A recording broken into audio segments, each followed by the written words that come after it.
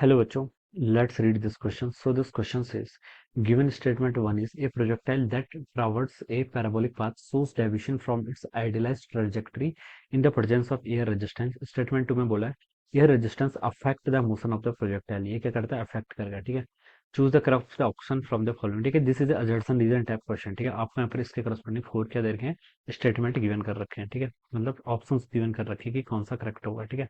तो इस क्वेश्चन का की कॉन्सेप्ट आप देखिए, प्रोजेक्टाइल मोशन लिख लीजिए, प्रोजेक्टाइल मोशन, ठीक है. या फिर मोशन इन 2D लिख लीजिए, क्या लिख लीजिए, motion in 2 dimension. This will be the key concept. अब बच्चों देखिए, प्रोजेक्टाइल मोशन क्या होता है. प्रोजेक्टाइल मोशन का मतलब होता है, देखिए कोई ऑब्जेक्ट अगर आप पे क्या कर रहा है, 2 डायमेंशनल मोशन कर रहा है under the effect of gravity alone, तो उसमें हम क्या बोलते हैं, आपका प्रोजेक्टाइल मोशन बोलते हैं, ठीक है. ये देखिए आपका आइडियलाइज प्रोजेक्टाइल देखिए क्या होता है. मान लीजिए आपका एक्स एक्सिस है, या आपका वाई एक्सिस है, या आपका एक्स वाई प्लेन है, ठीक है. तो ये बॉडी को देखिए आपने यू इनिशियल वेलोसिटी से क्या क्या थ्रू किया, it is making an angle of theta degree with the horizontal, horizontal के साथ थीटा डिग्री का एंगल बना रही है. तो इसका पाथ देखिए कुछ इस तरीके से आता था, इसका पाथ आपका कुछ इस तरीके से आता था, ये इस तरीके से आता था, ऑलराइट. ये ऐसे जाता था, ठीक है. प्रोजेक्टाइल पे ऑलवेज देखिए क्या लगता था, force of gravity downward direction में ऐसे लगता था. ये आपका ऑलवेज रहेगा, ठीक है. फोर्स ऑफ ग्रेविटी क्या रहेगा आपका, ऑलवेज ऐसा रहेगा था, ठीक है. इनिशियली देखिए इसके पास u, ठीक है. इनिशियल वेलोसिटी देखिए इसकी एक्स एक्सिस के अलोंग क्या होगी, ये आपकी u cos थीटा के इक्वल हो जाएगी. और y एक्सिस के अलोंग क्या होगी, आपकी u sin थीटा के इक्वल, ठीक है.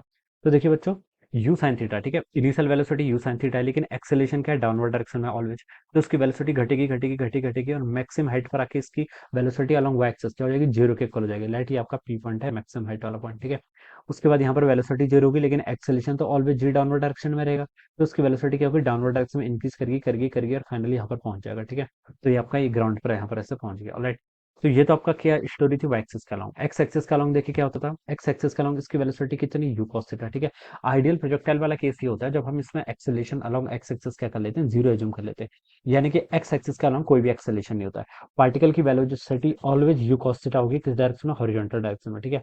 हॉरिजॉन्टल डायरेक्शन में वेलोसिटी में बच्चों कोई भी चेंज नहीं आएगा. क्योंकि क्यों नहीं आएगा, क्योंकि यहाँ पर हम बता सकते हैं कि आइडियल प्रोजेक्टाइल वाले केस में हम एक्सेलेरेशन अलोंग एक्स एक्सिस क्या करेंगे, जीरो एज्यूम करेंगे, ठीक है. वाई एक्सिस का लॉन्ग तो है, कितना है आपका, वाई एक्सिस का लॉन्ग तो माइनस जी है, ठीक है. लेकिन एक्स एक्सिस का लॉन्ग जीरो. तो प्रोजेक्टाइल आपकी जो ट्रेजेक्टरी होती है ये क्या होती है, ऐसा पैराबोलिक आती है. ये कहाँ से आती है, देखिए ये हमें equation of trajectory find out करनी आती है. Y equal to X tan theta, ठीक है. यहाँ से हम लिखते हैं ना, Y equal to X tan theta minus G X square divided by two U square cos square theta, ठीक है. ये वाली इक्वेशन आती है, this is the equation of trajectory, ठीक है. ये क्या आपकी इक्वेशन ऑफ ट्रेजेक्टरी. ये कैसी इक्वेशन है, देखिए ये आपकी लीन क्वाड्रेटिक इक्वेशन है. देखिए एक्स की क्या है यहाँ पर, पावर टू है, और वाई की पावर कितनी है, वन है, ठीक है. तो अगर कोई भी ऐसी इक्वेशन होती है जहाँ पर टू और वन का वो होता है, ठीक है, तो उस इक्वेशन वो क्या रिप्रेजेंट करती है, इट रिप्रेजेंट एक पैराबोला, तो ये आपका पैराबोलिक पाथ होता है, ठीक है. तो देखिए बच्चों, ये इक्वेशन हमने ऐसे ड्राइव कर रखी थी जहां पर हमने एज्यूम किया था कि एक्स एक्सिस का लॉन्ग एक्सेलेरेशन क्या है, जीरो के इक्वल है, ठीक है. बहुत इजी है, सब हम डिराइव भी कर सकते हैं, ठीक है, बट जरूरत नहीं है, ऑलराइट. तो यहाँ से हमने ये एज्यूम किया था, तो इसके क्रॉस जो आपके पाथ आ रहा था वो कैसा आ रहा था, आपका आइडियलाइज ट्रैजेक्टरी आपकी पैराबोलिक आ रही थी. लेकिन अगर हम एक्स एक्सिस के अलॉन्ग एक्सेलेरेशन को एज्यूम करें, ठीक है, तो फिर आपकी आइडियल पाथ ये नहीं आएगा.